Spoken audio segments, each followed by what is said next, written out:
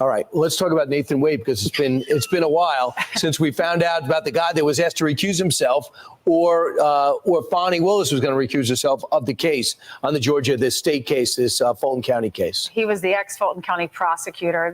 He had his first sit-down interview since all of that unfolded. Watch this. Workplace romances are as American as apple pie. It happens to everyone. But it happened to the two of us. You don't plan to develop feelings. You don't plan to fall in love. You don't plan to have some relationship in the workplace. That you don't set out to do that, and those things develop organically. They develop over time. And the minute we had that sobering moment, we discontinued it. Do you think that you've done any kind of damage to this case? None at all. Even the public perception of it? There again, this takes me back to the initial statement that I made. My private life became the focal point of the case. And my private life has nothing to do with the merits of that prosecution. But his poor judgment has everything to do with how poorly the prosecution is going. And it makes you wonder on the fundamentals of the case. Is this about fame? Is this about getting under the national spotlight?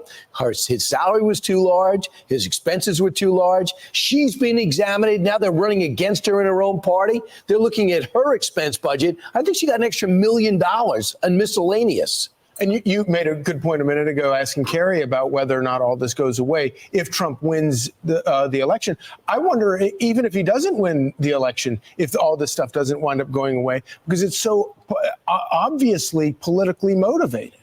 It just makes the profession look so bad. I mean, this is it appears to be so corrupt, non-professional. He's not even a lawyer that normally handles this type of a case.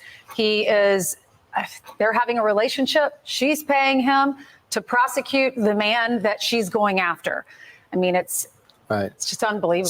Somebody should a baker in Atlanta should come up with a Nathan Wade apple pie. Right. And absolutely. It's very interesting. There's a lot of things that are apple pie. I'm eating the wrong apple pie, apparently. I'm pretty sure that's not going to be in a commercial for apple pie. I don't know. If you have a relationship in the office, it's like apple pie. Try my apple pie.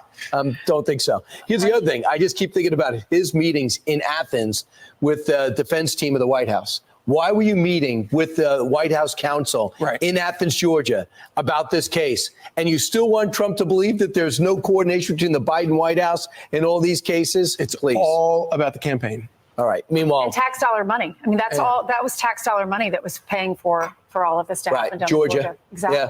Georgia taxpayer money. All right, my friends, J.R. Dukes with you. Appreciate you joining me as always. We are on the Fani Willis case again. The case, the gift that never stops giving. Well, guess what? Nathan Wade of the so-called Trump RICO case fame, the guy that collaborated with his paramour, DA Fani Willis, gave an interview to the liberal ABC News media with a reporter named Lindsay Davis. And we are going to dissect this entire interview. Now, listen, I have to give you a caveat. If you like apple pie, if you like American apple pie, this might be a little distasteful. So I want to tell you that before we get into it. Here we go. Workplace romances are as American as apple pie. It happens to everyone.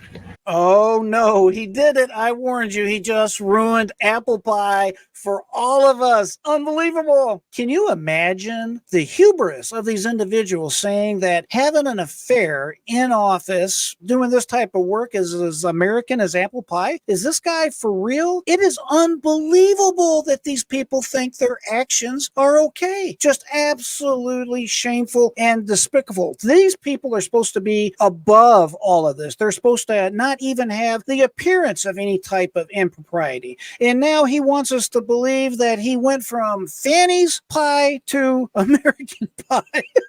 Oh, no. You talk about a double entendre. Oh, my goodness. So he went from Fani Willis's legal brief / pie to apple pie. Unbelievable.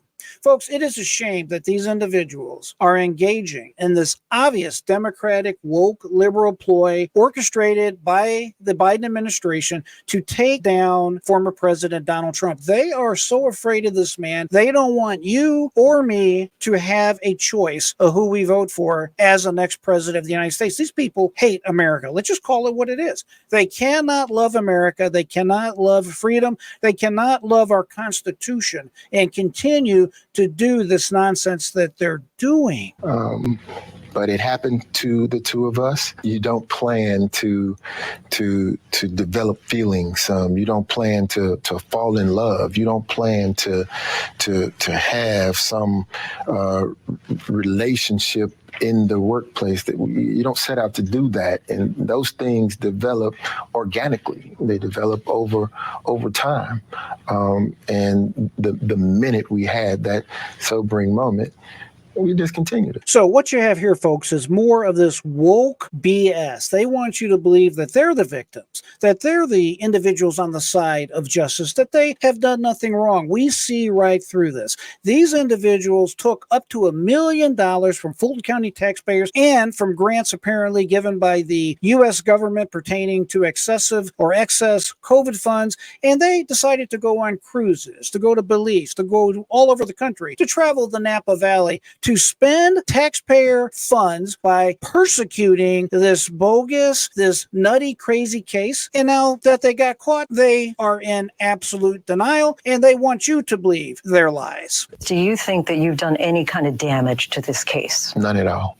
Even the public perception of it? There again, this takes me back to the initial statement that I made. My private life became the focal point of the case.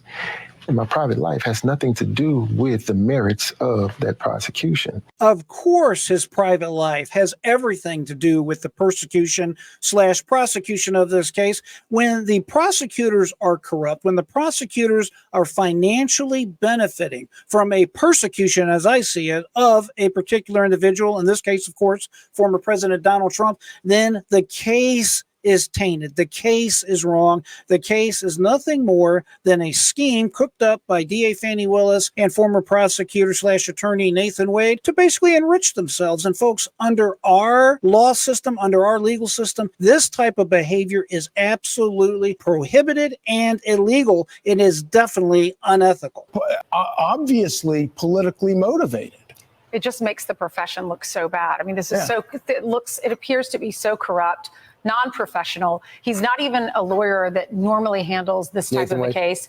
He is, they're having a relationship. She's paying him to prosecute the man that she's going after. I mean, it's just unbelievable. And she is absolutely 100% correct. It makes our entire legal system look like a kangaroo court. We look like these third world countries over in Russia and Africa and Venezuela. It makes us look like we are doing the things that we always criticize these other countries of doing, of not having fair elections, of basically rigging the system. Clearly, this is exactly what's going on in our country. You have these Democrats, these woke Democrats, these liberals that are just afraid of allowing you and me to choose who we want for president. They know that if they cannot stop Donald Trump by keeping him tied up in court, by keeping him pegged with all these different potential felonious cases, keeping him incarcerated somehow, some way, they realize that if we get the chance to vote for Donald Trump coming up this November, they know it's game over for them. I'm going to stay on top of this case, all the other cases pertaining to former President Donald Trump, and I'll have a lot more to say on this particular interview and videos that are coming up very soon. So if you are still with me, you might as well hit the thumbs up button, subscribe, share this video with some of your woke and or indoctrinated friends so they can see the truth and make up their own minds. I always say, my friends, keep that mind free, never give up. And until next time, I am J.R. Dukes.